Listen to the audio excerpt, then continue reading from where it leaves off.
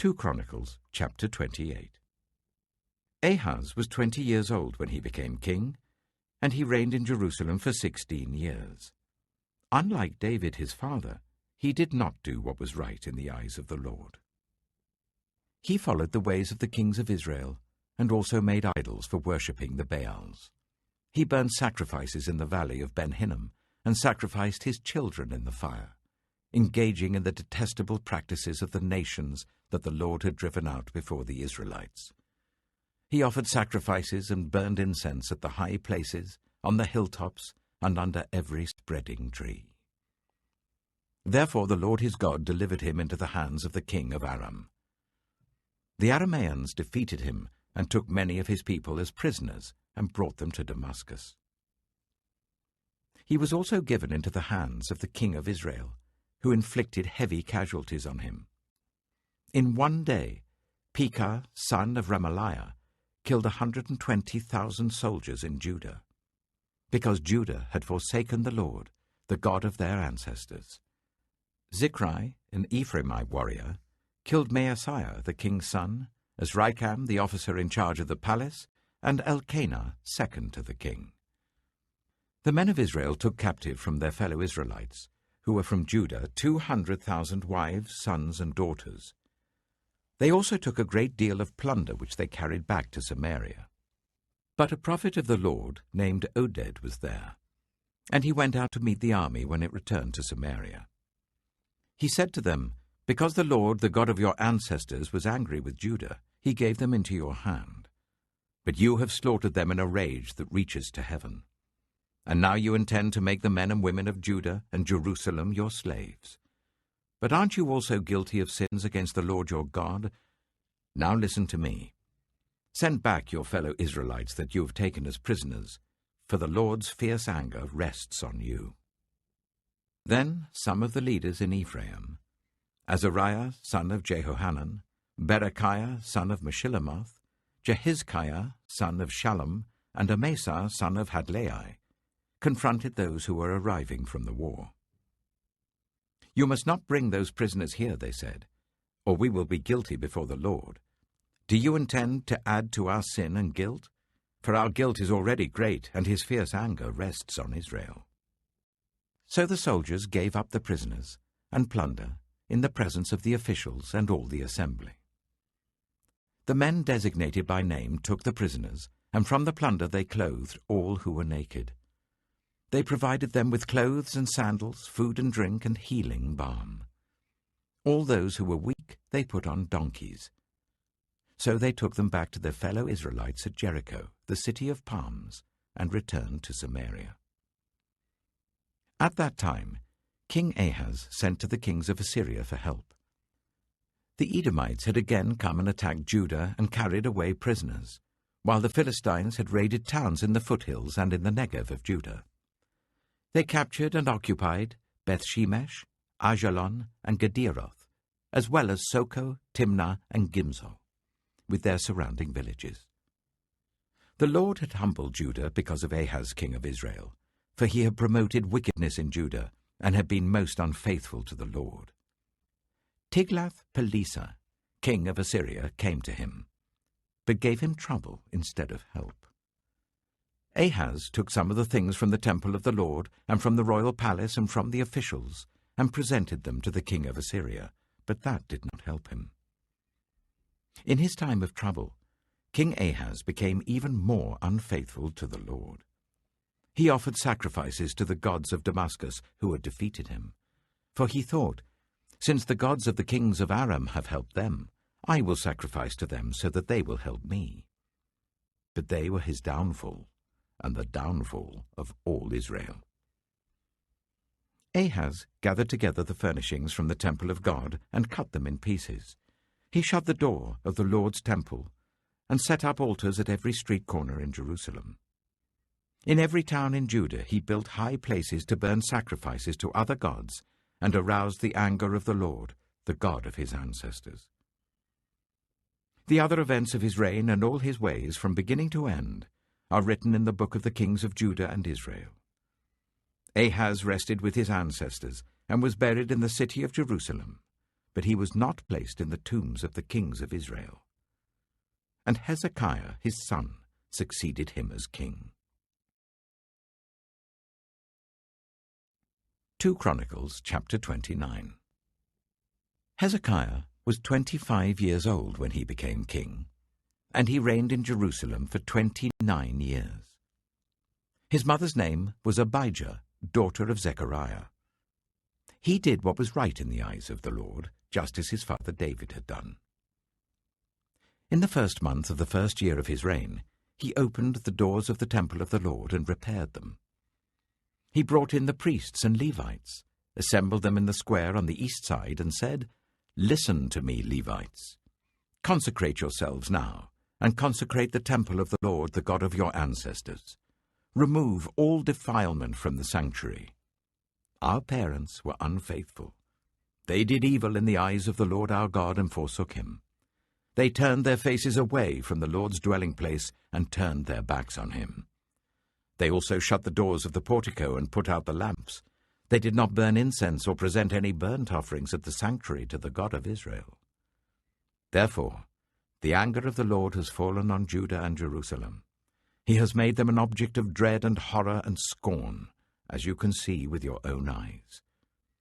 This is why our fathers have fallen by the sword, and why our sons and daughters and our wives are in captivity.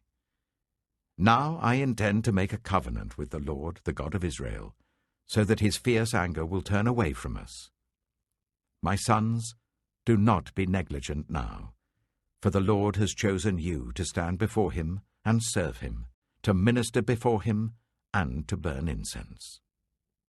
Then these Levites set to work. From the Kohathites, Mahath, son of Amasai, and Joel, son of Azariah.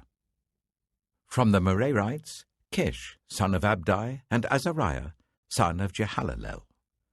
From the Gershonites, Joah, son of Zimmah, and Eden, son of Joah.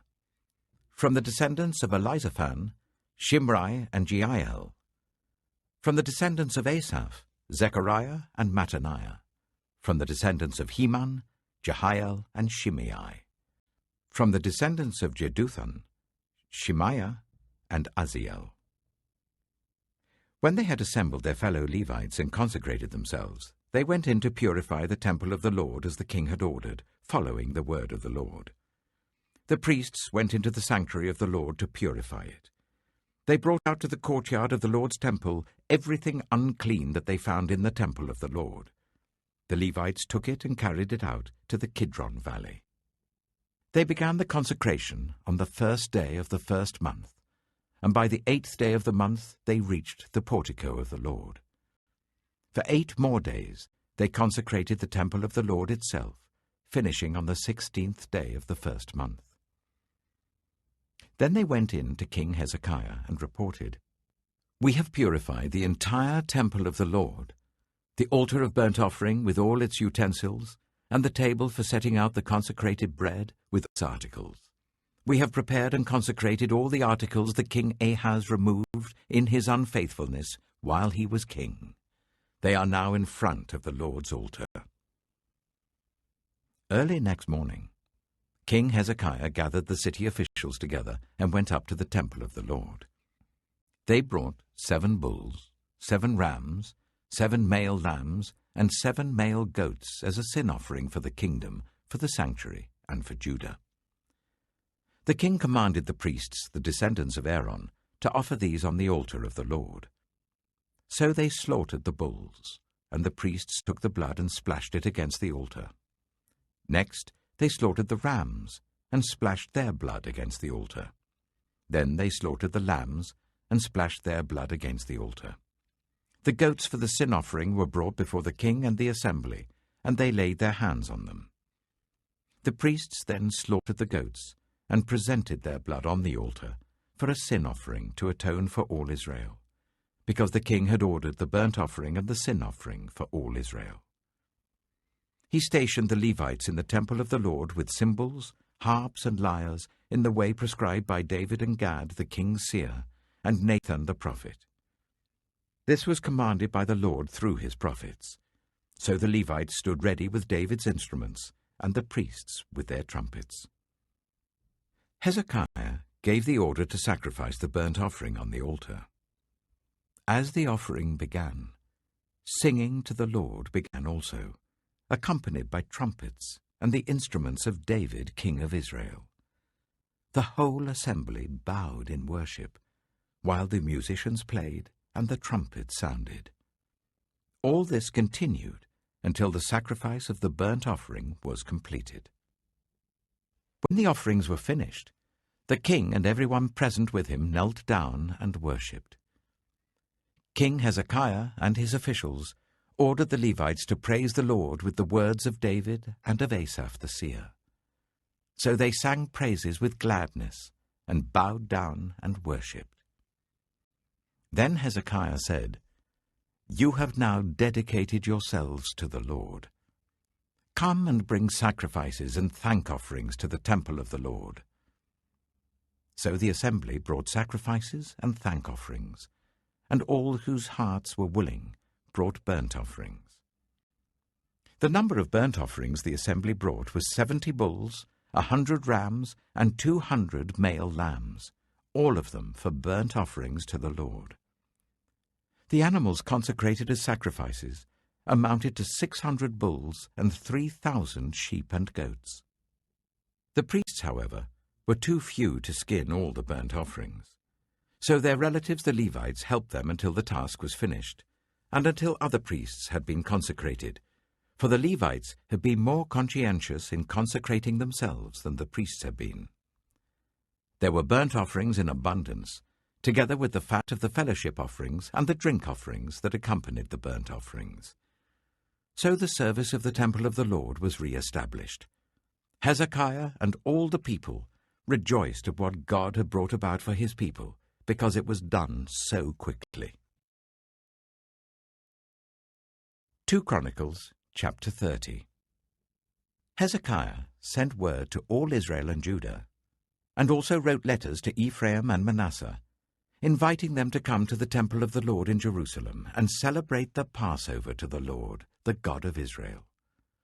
The king and his officials and the whole assembly in Jerusalem decided to celebrate the Passover in the 2nd month. They had not been able to celebrate it at the regular time, because not enough priests had consecrated themselves and the people had not assembled in Jerusalem. The plan seemed right, both to the king and to the whole assembly. They decided to send a proclamation throughout Israel from Beersheba to Dan, calling the people to come to Jerusalem and celebrate the Passover to the Lord, the God of Israel. It had not been celebrated in large numbers according to what was written. At the king's command, couriers went throughout Israel and Judah with letters from the king and from his officials, which read, "People of Israel, return to the Lord, the God of Abraham, Isaac, and Israel, that he may return to you who are left, who have escaped from the hand of the kings of Assyria. Do not be like your parents and your fellow Israelites, who were unfaithful to the Lord, the God of their ancestors, so that he made them an object of horror, as you see. Do not be stiff-necked as your ancestors were. Submit to the Lord. Come to his sanctuary, which he has consecrated forever. Serve the Lord your God, so that his fierce anger will turn away from you. If you return to the Lord, then your fellow Israelites and your children will be shown compassion by their captors, and will return to this land. For the Lord your God is gracious and compassionate. He will not turn his face from you if you return to him." The couriers went from town to town in Ephraim and Manasseh, as far as Zebulun, but people scorned and ridiculed them. Nevertheless, some from Asher, Manasseh, and Zebulun humbled themselves and went to Jerusalem. Also in Judah the hand of God was on the people to give them unity of mind, to carry out what the king and his officials had ordered, following the word of the Lord. A very large crowd of people assembled in Jerusalem to celebrate the festival of unleavened bread in the 2nd month. They removed the altars in Jerusalem and cleared away the incense altars and threw them into the Kidron Valley. They slaughtered the Passover lamb on the 14th day of the 2nd month. The priests and the Levites were ashamed and consecrated themselves, and brought burnt offerings to the temple of the Lord. Then they took up their usual positions, as prescribed in the law of Moses, the man of God. The priests splashed against the altar the blood handed to them by the Levites. Since many in the crowd had not consecrated themselves, the Levites had to kill the Passover lambs for all those who were not ceremonially clean, and could not consecrate their lambs to the Lord. Although most of the many people who came from Ephraim, Manasseh, Issachar, and Zebulun had not purified themselves, yet they ate the Passover contrary to what was written. But Hezekiah prayed for them, saying, "May the Lord who is good pardon everyone who sets their heart on seeking God, the Lord, the God of their ancestors, even if they are not clean according to the rules of the sanctuary." And the Lord heard Hezekiah and healed the people. The Israelites, who were present in Jerusalem, celebrated the festival of unleavened bread for 7 days with great rejoicing, while the Levites and priests praised the Lord every day with resounding instruments dedicated to the Lord. Hezekiah spoke encouragingly to all the Levites, who showed good understanding of the service of the Lord. For the 7 days they ate their assigned portion and offered fellowship offerings and praised the Lord, the God of their ancestors. The whole assembly then agreed to celebrate the festival 7 more days, so for another 7 days they celebrated joyfully. Hezekiah, king of Judah, provided 1,000 bulls and 7,000 sheep and goats for the assembly, and the officials provided them with 1,000 bulls and 10,000 sheep and goats. A great number of priests consecrated themselves. The entire assembly of Judah rejoiced, along with the priests and Levites and all who had assembled from Israel, including the foreigners who had come from Israel and also those who resided in Judah. There was great joy in Jerusalem, for since the days of Solomon, son of David, king of Israel, there had been nothing like this in Jerusalem. The priests and the Levites stood to bless the people, and God heard them, for their prayer reached heaven, his holy dwelling place. Acts, chapter 22. Brothers and fathers, listen now to my defense. And when they heard him speak to them in Aramaic, they became very quiet. Then Paul said, "I am a Jew, born in Tarsus of Cilicia, but brought up in this city. I studied under Gamaliel, and was thoroughly trained in the law of our ancestors. I was just as zealous for God as any of you are today. I persecuted the followers of this way to their death, arresting both men and women and throwing them into prison, as the high priest and all the council can themselves testify. I even obtained letters from them to their associates in Damascus, and went there to bring these people as prisoners to Jerusalem to be punished. About noon, as I came near Damascus, suddenly a bright light from heaven flashed around me. I fell to the ground and heard a voice say to me, 'Saul, Saul, why do you persecute me?' 'Who are you, Lord?' I asked. 'I am Jesus of Nazareth, whom you are persecuting,' he replied. My companions saw the light, but they did not understand the voice of him who was speaking to me. 'What shall I do, Lord?' I asked. 'Get up and go into Damascus. There you will be told all that you have been assigned to do.'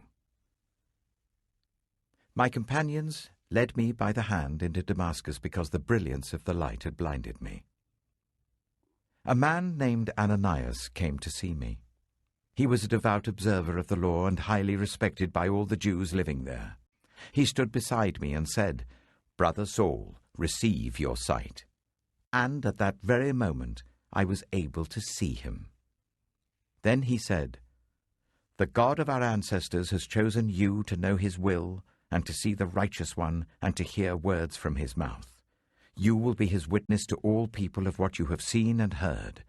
And now, what are you waiting for? Get up, be baptized, and wash your sins away, calling on his name.' When I returned to Jerusalem and was praying at the temple, I fell into a trance and saw the Lord speaking to me.